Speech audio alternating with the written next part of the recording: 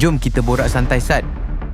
Korang perasan tak kebelakangan ni, ada je suara-suara sumbang yang cuba nak petik nama Menteri Ekonomi kita, Rafizi Ramli. Terbaru, adalah pula kenyataan daripada pihak AMK yang dakwa kononnya masa depan parti baru berlogo kancil parti Bersama Malaysia makin gelap semata-mata nak dijadikan cerminan kononnya prestasi Rafizi ni gagal. Dia punya semak tu sampai siap petik risiko jadi macam parti pejuang dan mengata Rafizi ni jenis acik-acik yang rasa diri sentiasa betul.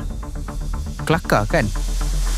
Bila pembangkang dah ketakutan tengok pengaruh, macam-macam naratif dongeng dorang reka.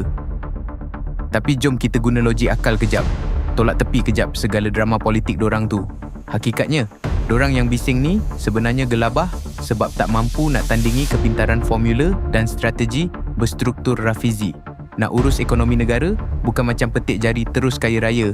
Bosku, ia perlukan perancangan jangka panjang, data yang tepat dan keberanian untuk buat reformasi. Kalau tak, takkanlah dalam diam pasaran ekonomi kita makin stabil sekarang. Pihak sana pandai sembang puji diri sendiri masa PRU je. Tapi, bila bab buat kerja, pakai otak dan data. Terus krik-krik. Jadi, kenyataan yang dorang keluarkan tu tak lebih daripada sekadar modal politik murahan sebab dorang dah kering idea nak tunjuk dorang hebat. Kesimpulannya, korang jangan mudah melatah dengan duka lara politik macam ni. Rakyat sekarang dah bijak dan pandai menilai mana satu pemimpin yang betul-betul buat kerja pakai merit dan mana yang sekadar tin kosong kuat berbunyi. Rafizi Ramli tetap berada di kelasnya yang tersendiri dalam memacu ekonomi negara ke arah yang lebih moden dan mampan. Setuju ke tidak? Cuba korang belanja pandangan korang sikit kat bawah.